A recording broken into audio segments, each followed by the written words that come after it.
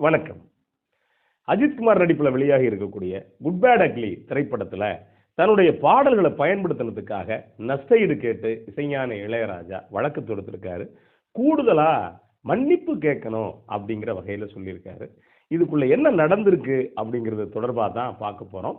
குறிப்பா இசைஞானி இளையராஜாவுடைய பாடல்களை சமீபத்தில் பல படங்கள்ல அதை ரெட்ரோ சாங்கா பயன்படுத்துறதுங்கிறது அதிகமாயிருச்சுன்னு வச்சுக்கோங்களேன். இன்னொன்று, எந்த இடத்துலையுமே லைம் லைட்டா மனுஷன் ஒரு 82-83 வயசுல இருந்துட்டு தான் இருக்காரு. என்னன்னா இப்ப சமீபத்துல சிம்பொனி இசையமைச்சாரு. அது தொடர்பா அந்த 10-15 நாள் 20 நாள் அந்த தொடர்பான பேச்சு ஓடிக்கிட்டு இருந்துச்சு. அதுக்கடுத்து கரூர்ல இசை கச்சேரி நடத்த போறார் அப்படிங்கிற பேச்சு ஓடிக்கிட்டு இருந்துச்சு. அதே நேரத்தில் கவனிச்சு பார்த்தீங்கன்னா இந்த குட் பேட் அக்லி திரைப்படத்துல 3 பாடல்களை பயன்படுத்தி இருக்காங்க. என்னென்ன பாட்டு அப்படின்னா, ஏஞ்சோடி மஞ்சக்குருவி, அதே மாதிரி ஒத்தர் வாய்ந்தாரே ஒன்னப்பத்தட்டந்தாரே, இன்னொன்று சகலகலா வல்லவன் திரைப்படத்தில் வரக்கூடிய அந்த இளமை இதோ இதோ, இந்த 3 பாட்டையும் பயன்படுத்தியிருக்காங்க.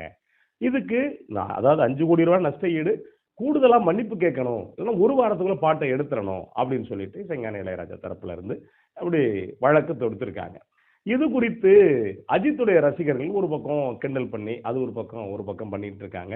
இன்னொன்னு, ஒரு சில பேர் எப்பா இனிமேல் எதுக்கு எடுத்தாலும் இனிமேல் காசு தானா, எல்லாத்துக்கும் காசு கேட்பீங்களா அப்படின்னு பேச ஆரம்பிச்சிட்டாங்க.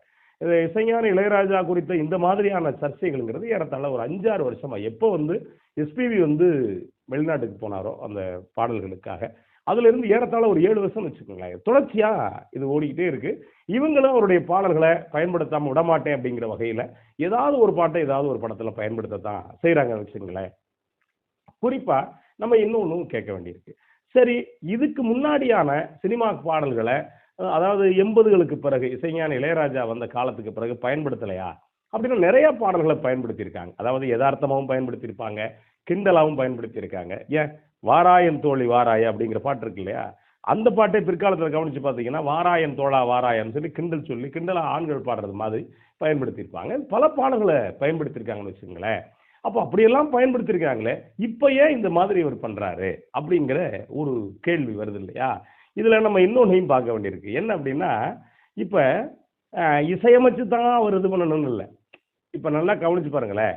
இப்ப இந்த படத்துக்கு இலவசமா அவர் ஒரு பக்கம் விளம்பரம் கொடுத்துட்டார். கிட்டத்தட்ட 160 கோடி ரூபாய் தாண்டி படம் போய்கிட்டு இருக்கு அப்படிங்கிறாங்க. இளைஞர்களை ஈர்க்கக்கூடிய படமா இருக்கு அப்படின்னு சொல்றாங்க. இந்த படத்துக்கு இவர் ஜிவி பிரகாஷ் இசையமைச்சிருக்காரு. இப்ப என்ன அப்படின்னா, ஜிவி பிரகாஷை தாண்டி இந்த படத்துல இப்ப பேசுபொருளா இருக்கிறது யார் அப்படின்னா இளையராஜா. இப்ப என்ன அப்படின்னா, இந்த படத்துக்கு இலவசமா ஒரு விளம்பரத்தை ஏற்படுத்திட்டாரு. அதுக்கு இன்னொரு காரணம் இப்படி எடுத்துக்கங்களேன். இன்னொரு காரணம் என்ன அப்படின்னா, நம்ம பாட்டு 3 பாட்டை பயன்படுத்திருக்காங்க, போடு ஒரு விளம்பரத்தை அப்படின்னு கூட யோசிச்சிருக்கலாம் அவரு. ஆனா படக்குழு தரப்புல என்ன சொல்றாங்க அப்படின்னா, நாங்க முறையா யாருக்கிட்ட இருக்கோ அவங்க கிட்ட நாங்க பர்மிஷன் வாங்கி தான் முறையா பண்றோம் அப்படின்னு சொல்லி படக்குழு தரப்புல இன்னொரு பக்கம் சொல்றாங்க. இது இவங்க எல்லாம் சொல்லி பேசி முடிக்கிறதுக்குள்ள படம் ஓடி முடிஞ்சிரும்னு வச்சுங்களேன். இந்த 1 வாரத்துக்குள்ள ஏறத்தால, ஏன்னா இன்னைக்கெல்லாம் படம் 200 நாள் 300 நாள் ஓடுறது கிடையாது. 1 வாரம் தான் எவ்வளவு பெரிய படமா இருந்தாலும், இல்ல ரொம்ப மூளையில் பெட்டிக்கல போற படமா இருந்தா 3 நாள்ல முடிஞ்சு போயிடும்னு வச்சுங்களேன். அதனால இந்த பிரச்சனை எல்லாம் ஓடி முடிக்கிறதுக்குள்ள ஏறத்தாழ படம் ஓடி முடிஞ்சிடும். ஆனா இன்னொன்னு இதுக்குள்ள நம்ம யோசிச்சு பார்க்க வேண்டியிருக்கு. என்ன அப்படின்னா, அதாவது ஒரு சினிமா அப்படிங்கிறப்ப இன்னைக்கு தொடர்ச்சியா கவனிச்சு பாருங்களேன். ஏறத்தாழ, அதாவது நம்ம ஒரு மியூசிக் டைரக்டர் இருக்காரு அனிருத், அவர் வந்த பிறகு இந்த மாதிரி பாடல்களை படங்களுக்கு பயன்படுத்துறது அப்படிங்கிறது ட்ரெண்டிங்காகவே ஆகி போச்சு. இன்னொன்று, அப்படி பயன்படுத்தினா தான் படம் ஓடுங்கிற எண்ணத்துல இசையமைப்பாளர்கள் வந்துட்டாங்க. இதுவே முதல்ல ஒரு சரியில்லாத விஷயம் தான். நீங்க என்ன பண்ணணும் ஒரு இசையமைப்பாளர் அப்படிங்கிறப்ப, இன்னும் நீங்க காத்திரமா நீங்க இசையமைங்க, இல்ல அதுக்கு வேற ஏதாவது பயன்படுத்த முயற்சி பண்ணுங்க, இல்ல எதை புதுசா நீங்க தேவை ஏற்படுறப்ப அதை மாதிரி பண்ண முயற்சி பண்ணலாம். ஆனா அதை விட்டுட்டு தொடர்ச்சியா அவர் தான் இந்த மாதிரி பண்றாரு, அப்புறம் அவர் பாட்டை எடுத்து போடுறீங்க அப்படிங்கிற இந்த கேள்வியும் இன்னொரு பக்கம் இதுக்குள்ள எழுந்துகிட்டு தான் இருக்குன்னு வச்சுங்களேன். ஏன்னா மஞ்சுமல் பாய்ஸ் பெரிய அளவுக்கு பேசப்பட்டுச்சு, பெரிய இதெல்லாம் சொல்லு, அப்புறம் ஒரு வழியா அந்த படமும் ரொம்ப பிச்சுட்டு ஓடிடுச்சு. ஓடின பிறகு இவ்வளவு சூழல். ஆனா இன்னொன்னையும் யோசிக்க வேண்டியிருக்கு. ஏன்னா இன்னைக்கு சினிமாவை அதுல பாதாளத்துல போயிட்டு இருக்கக்கூடிய காலகட்டத்துல ஏதாவது 2 படமாவது ஓடுதேப்பா அப்படின்னு தான் நம்ம ஒரு பக்கம் யோசிக்க வேண்டியிருக்கு. ஆனா அதே நேரத்துல என்ன அப்படின்னா, இந்த மாதிரி படங்களுக்கு ஒருவேளை இசைஞானி இளையராஜா கேஸ் போடுறது மூலமா இலவசமா விளம்பரம் கொடுக்கிறாரோ அப்படிங்கிறதையும் யோசிக்க வேண்டியிருக்கு. இதுல இன்னொன்னு இருக்கு. இந்த 3 பாடல்கள் இருக்கு இல்லையா, இந்த 3 பாடல்கள்ல 2 பாடல்கள் குறிப்பா ஏஞ்சோடி மஞ்சக்குருவி ஒரு அரேபியன் சாங்குடைய மாற்று வடிவம் அப்படின்னு சொல்றாங்க. இன்னொன்னு ஒத்தருவாயும் தாரேன் ஒன்னப்பத்தட்டும் தாரேன் அப்படிங்கிற பாட்டு. இதுவும் என்னன்னா நம்முடைய நாட்டுப்புற கூறுகளில் இருக்கக்கூடிய அந்த மெட்டு தான். இது பல பாடல்கள் இதுல இந்த பாட்டு இருக்கு இல்லையா, என்னடி முனியம்மா கண்ணில மை, அந்த பாட்டே வந்துட்டு இந்த மெட்டு தான். அப்ப இந்த மெட்டுல நிறைய பேர் பாடல்கள் போட்டிருக்காங்க. இசைஞானி இளையராஜாவும் போட்டிருக்காரு. அப்படித்தான் நம்ம எடுத்துக்க வேண்டியிருக்கு.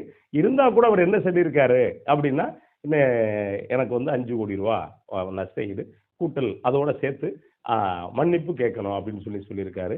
நஷ்டஈட கூட கொடுக்கலாம். ஆனா மன்னிப்பு கேட்கணுங்கிற எந்த வித அவசியமும் கிடையாது அப்படிங்கிறதா நம்முடைய கருத்து.